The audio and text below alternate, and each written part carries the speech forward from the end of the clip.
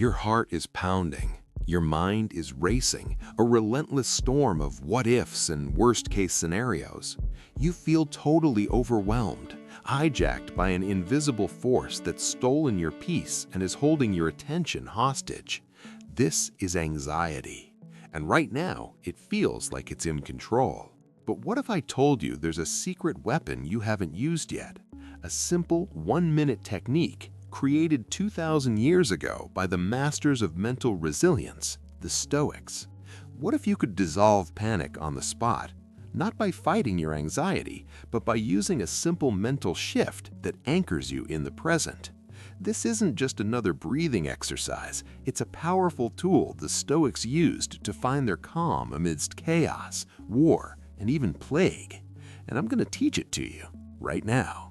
Before you can defeat an enemy, you have to understand it. Anxiety's power doesn't come from the actual events in our lives. It comes from how we think about them. As the Roman emperor and Stoic philosopher Marcus Aurelius wrote, "Today I escaped from anxiety." Or no, I discarded it because it was within me, in my own perceptions, not outside. This is the trap of the anxious mind. It yanks us out of the only moment that's real, right now, and shoves us into a phantom world of the future. Most of what we're afraid of hasn't happened and probably never will. We suffer, as the philosopher Seneca wisely noted, more in imagination than in reality. We're tormented by ghosts of our own creation. This mental time travel leaves us feeling lost, adrift in a sea of catastrophic what-ifs. We rehearse arguments that will never happen, brace for disasters that won't arrive, and feel the pain of losses we haven't actually suffered. Our bodies react as if these threats are real, flooding us with stress hormones, tensing our muscles, and making our breath shallow. The anxiety itself becomes the crisis. But here's the good news. If anxiety comes from within us, from our perceptions, then its source is our own mind. And the Stoics taught that you have incredible influence over your mind. The chaos isn't coming from the world, it's being generated internally. This isn't a reason to blame yourself, but to empower yourself. Because what the mind creates, the mind can guide. You don't need the whole world to be quiet. You just need to find the quiet within yourself. And that quiet is found not by silencing your mind, but by giving it a simple, powerful job to do. For centuries, the ancient Stoics have given us a practical blueprint for navigating life's chaos. This isn't some dusty academic philosophy. It's a street-smart operating system for the human mind, tested on the battlefields of ancient Germany, in the treacherous courts of the Emperor Nero, and in the harshest conditions of exile. It was used by an emperor, Marcus Aurelius, a powerful statesman, Seneca, and a man born into slavery who became one of the most influential thinkers of his time, Epictetus. Their core strategy is a simple but life-changing idea known as the dichotomy of control. The philosopher Epictetus taught that in life we have to draw a hard line between what is within our power and what is not. Things not in our power include stuff like external events, what other people think of you, your reputation, and the final outcomes of your efforts. Chaining your peace of mind to these things is a guaranteed recipe for anxiety. So what then is in our power? Only our own thoughts, judgments, and actions. That's it. Your domain of control is your inner world. Your peace of mind doesn't depend on getting the job, or on someone liking you, or on the traffic clearing up. It depends entirely on how you choose to respond to those things. This is the radical freedom the Stoics discovered. Not freedom from hardship, but freedom from being mentally enslaved by things you can't control.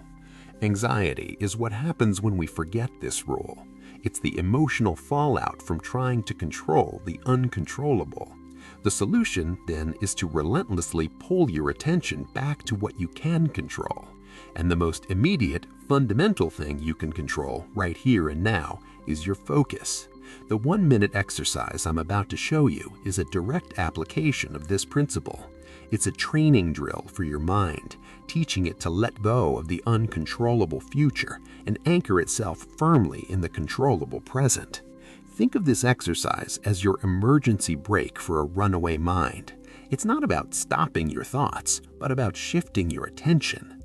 When you feel the first signs of anxiety, the racing heart, the shallow breath, the spiral of worry, that's your cue. Do this. First, just notice and name the feeling without judgment. Say to yourself, silently or out loud, "This is anxiety." Just naming it creates a little bit of space between you and the emotion. You are not the anxiety, you are the one experiencing it. This small shift starts giving the power back to you. Second, take one slow, deliberate breath. Don't force it, just a gentle inhale and a slightly longer exhale. This is a physiological signal to your nervous system that the immediate danger is gone. You're taking back control of your body. Now, here's the core of the exercise. Ask yourself this piercingly simple question. Is anything actually wrong right now in this exact moment? Be brutally honest with yourself. Is there a physical threat to your life in this room? Is the disaster you're imagining happening right now? Almost every single time, the answer will be no. You're not in the meeting getting fired. You're in your car thinking about it. You're not failing the test. You're at your desk worrying about it. In the physical reality of this present moment, you are okay. This question is like a splash of cold water, waking your mind up from its nightmare. Now that you've created this anchor in the present, let's secure it. We'll do this by grounding ourselves in our senses, pulling our attention out of the world of abstract thought and into the real world. I want you to silently name 3 things you can see. Look around you right now. Notice the texture of your desk, the color of the wall, the light coming through the window. Don't just glance, really see them. 2 things you can hear. Listen.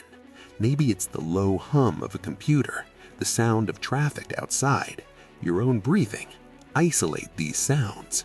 1 thing you can feel. Notice the pressure of your feet on the floor, the weight of your body in your chair, the fabric of your shirt against your skin. This entire sequence, naming the feeling, taking a breath, asking the question, and grounding through your senses, takes less than a minute. Why does this work so well? Because it forces a hard reboot of your attention. Anxiety can't survive in the present moment. It's a parasite that feeds on the future. By intentionally focusing on the real data from your senses, you're starving it of its food source. You're practicing the dichotomy of control in real time. You're letting go of the imagined uncontrollable future and taking command of your actual controllable present. That 1-minute exercise is your first line of defense. It's an incredibly powerful tool for immediate relief.